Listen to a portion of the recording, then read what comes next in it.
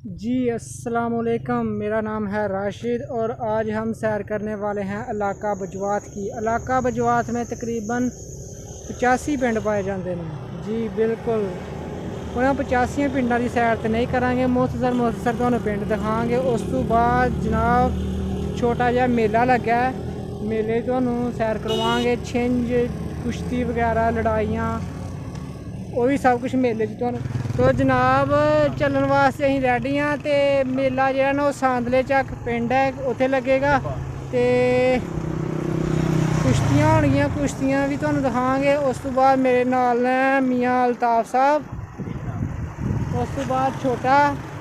तो चलो चलते हैं सैदपुर। अं गाह लंघ आए हैं तो जिस तरह तुहानू पुल नज़र आ रहा है। तो अब तो सफ़र शुरू है, तो बहुत मज़ा आ रहा है, ठंडी ठंडी हवा है। तो यह जो पुल है दरिया पुल, यह दरिया हैड ले जा रहा है पानी। तो माशाल्लाह बहुत प्यारा, बहुत खूबसूरत नज़ारा है।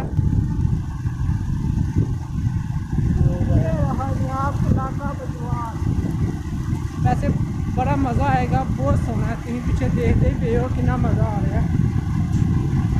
बहुत प्यारा इलाका, बहुत प्यारा।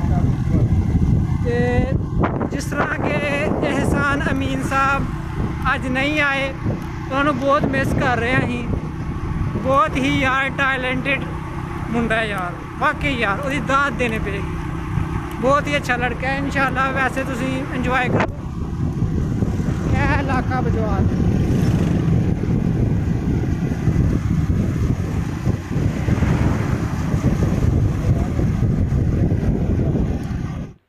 लो जी यह देखो पिंडा के नज़ारे, मंजियां लग रही ने, क्या बात है। बाहर आ लियो देख लो मंजियां लग रही ने, तो पिंड आ लियो रेडी होइयो मंजियां वास्ते। लो जी जनाब है छोटा जहा बाग आया इत्थे, माशाल्लाह बड़ा सोहना बाग है, पार्क टाइप का बाग है, बड़ा प्यारा अंबियां का बाग है जी, बिल्कुल बड़ा प्यारा है।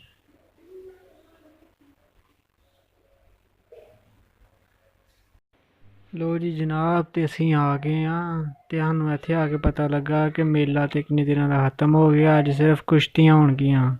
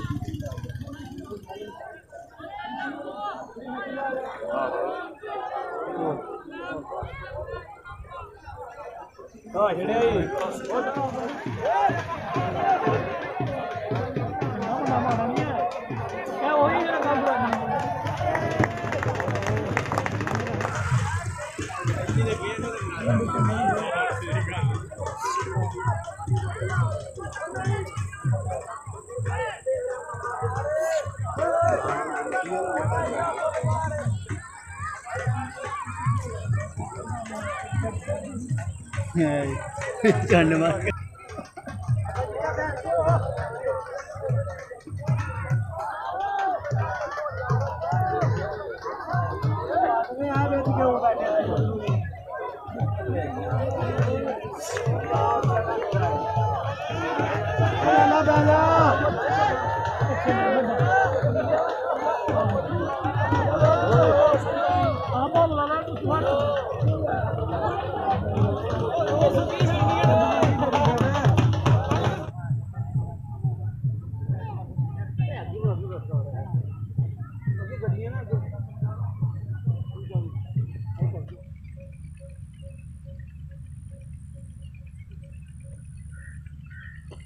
लो जी जनाब सैर साड़ी पूरी हो गई मेले की।